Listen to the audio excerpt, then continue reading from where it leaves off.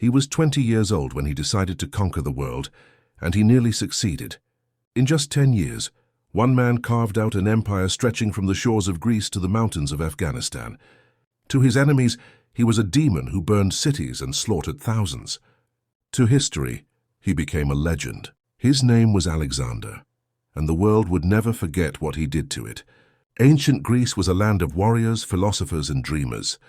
For centuries, independent city-states like Athens and Sparta had fought each other, and together had fought off the mighty Persian Empire. In 480 BC, 300 Spartans made their legendary stand at Thermopylae. The Greeks won their freedom, but they never forgot the Persian armies that had burned their sacred temples. That burning hatred would fuel a war of revenge that would reshape the ancient world. While Athens and Sparta exhausted themselves in decades of civil war, a new power was rising in the north. Macedonia, a kingdom that sophisticated Greeks dismissed as a backwater of barbarians. They were wrong. King Philip II transformed his army with a revolutionary weapon, the sarissa, a pike twice the length of any Greek spear. In 338 BC, Philip crushed the combined forces of Athens and Thebes and united all of Greece under his iron will. He dreamed of invading Persia, but an assassin's blade would deny him that glory. Alexander was not like other princes. Tutored by Aristotle, the greatest mind of the ancient world, he slept with a copy of Homer's Iliad under his pillow. He believed he was descended from Achilles, and he was determined to surpass even that legendary hero. At just 16, he commanded troops in battle. At 20, his father was murdered, and Alexander seized the throne. Rebellions erupted immediately. Alexander's response was swift and terrifying. He destroyed the ancient city of Thebes completely, selling 30,000 of its people into slavery. The message was clear: defy Alexander and cease to exist. In the spring of 334 BC, Alexander led 40,000 Greek soldiers across the narrow strait separating Europe from Asia.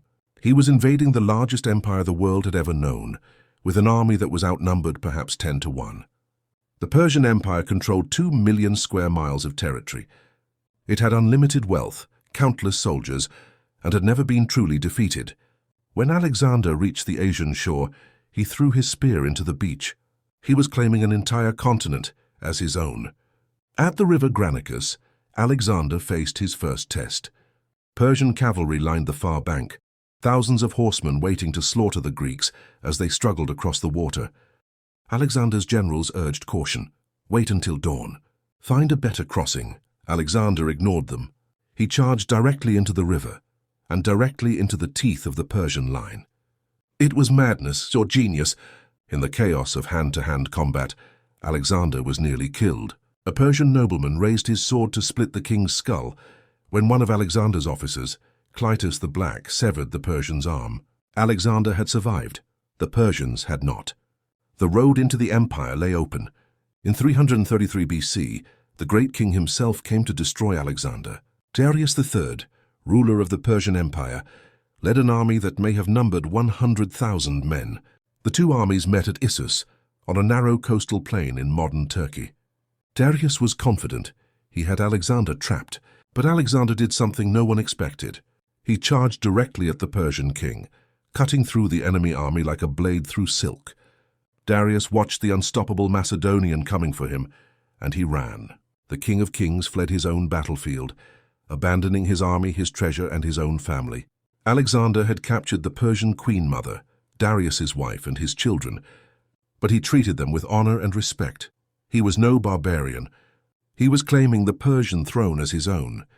Not everyone surrendered to Alexander's advance. The island city of Tyre, confident behind its massive walls, defied him. Alexander's response became legendary. He built a causeway half a mile long through the sea itself, connecting the island to the mainland.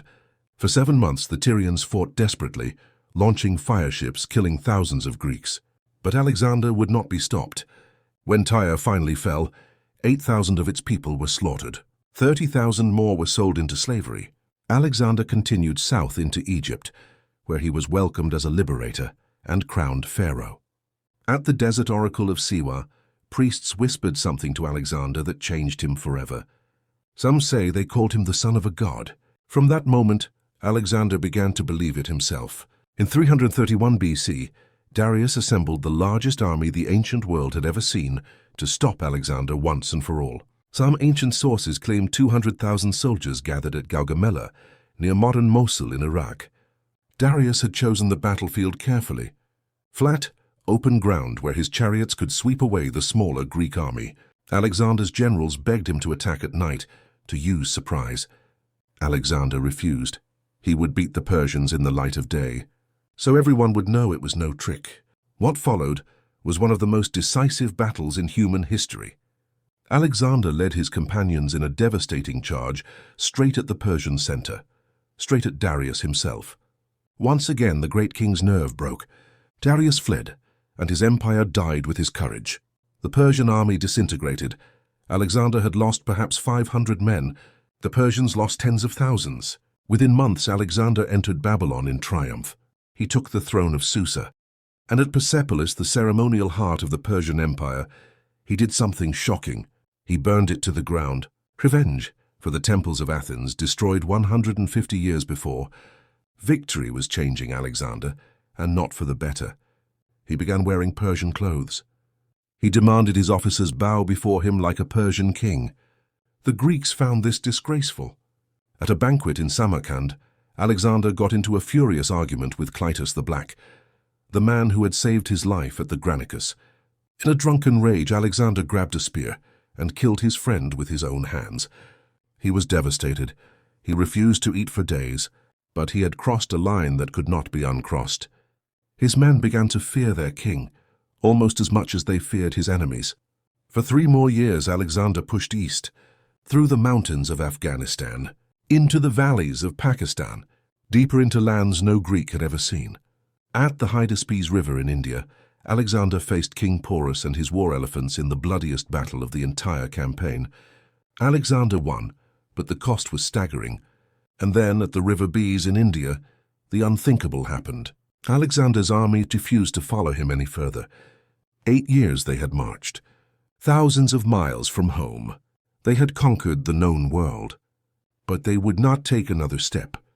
For the first and only time in his life, Alexander was defeated, not by an enemy army. By the exhaustion of his own men, Alexander turned back. But the journey home would prove almost as deadly as the conquest itself. He led part of his army through the Gadrosian Desert, in what is now Pakistan. The heat was unbearable. Water was almost non-existent. Thousands died, more than had fallen in all his great battles combined. When Alexander finally reached Babylon, he was a changed man. His closest friend, Hephaestion, had died of fever. His body was broken from wounds and illness. He was only 32 years old, and he had conquered everything. But at what cost? In June of 323 BC, Alexander developed a sudden fever.